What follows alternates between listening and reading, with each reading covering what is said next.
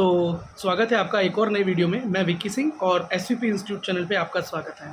तो आज मैं आपको बताने वाला हूँ बेटा जेईई में क्या रिजर्वेशन है। अब जेईई मेंस हो चाहे जेईई एडवांस हो, रिजर्वेशन क्योंकि रजिस्ट्रेशन जो है जेईई मेन का होता है। जेईई मेंस के अंदर जो बच्चे अच्छा रैंक लाते हैं वो बच्चे जेईई एडवांस के लिए जाते हैं। तो जो क्राइटेरिया जेईई मेंस का है वही लगभग जेईई एडवांस का भी रहता है। ठीक है, रिजर्वेशन की बात कर रहा हूँ मैं इस केस। तो रिजर्वेशन पॉलिसी का ऐसा है बेटा कि जो अनरिजर्व कैटेगरी है तो उनका तो कोई रिजर्वेशन वैसे बनता नहीं है। जनरल कैटेगरी, ओपन कैटेगरी, आप जो कह लो उसको, उसका कोई रिजर्वेशन नहीं है। बट बेटा जो ओबीसी क्लास है, non creamy layer, OBC NCL, उसको बेटा 27% सीटें जो है उसकी आईआईटी, एनआईटीज़, ट्रिपल आईटीज़ सब में, इंजीनियरिंग संस्थान जो गवर्नमेंट संस्थान है, सेंट्रल संस्थान है, उन सब के अंदर ओबीसी की बेटा 27% सीट्स आरक्षित हैं, रिजर्व्ड हैं। ठीक है, ओबीसी एनसीएल याद रखना, नॉन क्रीमी लेयर। अब सारे कोर्सेज के अंदर है वो, जो भी कोर्स करना चाहता है, बीटेक, बीई और बीटेक की कोई भी ब्रांच, बी की भी कोई ब्रांच, बी आर्किटेक्ट, कुछ भी जो भी इंजीनियरिंग प्रोग्राम है सब में भाई कितना परसेंट, 27%। अब बात करें भाई अगला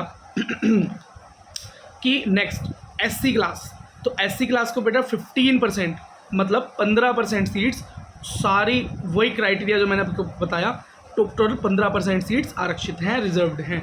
एसटी क्लास के लिए, शेड्यूल्ड ट्राइब क्लास के लिए 7.5% सीट्स सारे कोर्सेज के अंदर गवर्नमेंट इंस्टीट्यूट्स में रिजर्व्ड हैं। वो उन्हीं के लिए है, वो सीट किसी और को नहीं मिलेगी। और ईडब्ल्यूएस कैटेगरी जो है वही एक जनरल को रिजर्वेशन है नहीं, ओपन कैटेगरी को सिर्फ एक ही केस में, अगर वो इकोनॉमिकल वीकर सेक्शन के अंदर आते हैं तो 10% की छूट या 10% उनके लिए रिजर्वेशन रखा हुआ है गवर्नमेंट ने।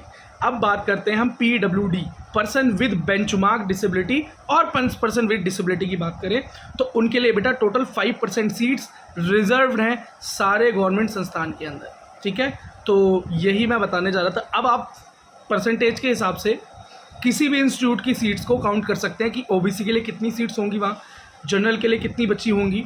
अब रिजर्वेशन 27% है, फिर 15% है, फिर 7.5%, फिर 5%, इन सब का टोटल करके जितनी बाकी सीटें बचती हैं वो जनरल ओपर कैटेगरी के लिए है। वो 10% और ईडब्ल्यूएस जोड़ लो तो बाकी बची हुई जनरल के लिए होती हैं। तो आप खुद अंदाज़ा लगा सकते हैं, जिस भी इंस्टीट्यूट को आप एम कर रहे हैं, एनआईटी है कोई, आईआईटी है कोई, आप जिस भी इंस्टीट्यूट को एम कर रहे हैं उसमें टोटल नंबर ऑफ सीट्स पता करना कोई रॉकेट साइंस नहीं है।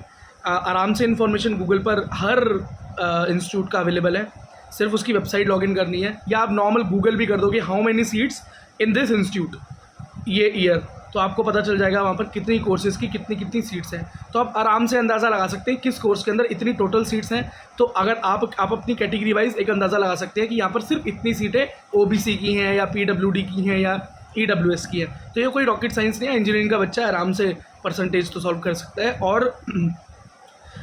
और आप एक अंदाज़ा भी लगा सकते हो कि इस इंस्टीट्यूट की कट ऑफ डाउन जाती होगी या अप जाती होगी। जिसके अंदर बेटा सीट्स कम होती हैं कैटेगरी वाइज, उसकी हमेशा कट ऑफ हाई जाती है। लेकिन जनरल की बेटा सीट ज़्यादा होने के बाद भी इररेस्पेक्टिव उनकी कट ऑफ हाई ही जाती है, बिकॉज़ वो बेटा शुरू से ये मेहनत कर चलता है जनरल बच्चा, बिकॉज उसको पता है कि उसको कोई रिजर्वेशन नहीं है, हाई टू हाई मार्क्स लाना ही उसके लिए एक सेफ रास्ता है। तो वो सबसे ज़्यादा नंबर लाने की मेहनत करते हैं, वो रिजर्व नहीं है, दैट इज़ वाई उनकी रैंक हमेशा हाई जाती है।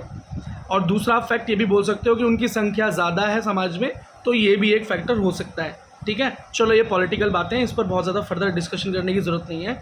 अब इसके अंदर बेटा बात आती है पीडब्ल्यूडी बच्चा जो है, पर्सन विद डिसेबिलिटी, यहाँ पर रिजर्वेशन कैसे चलता है।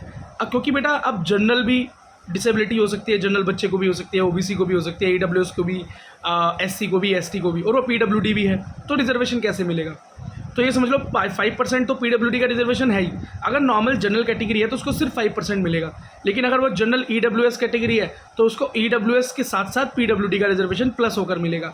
ऐसा ही ओबीसी के केस में, एससी और एसटी, इन सब के केस में यही सीन है या सिनेरियो है। ठीक है, तो सीन मैं बोलूँ तो सिनेरियो समझना आप चलो ठीक है, तो इस वीडियो में सिर्फ इतनी ही जानकारी आपको देनी थी।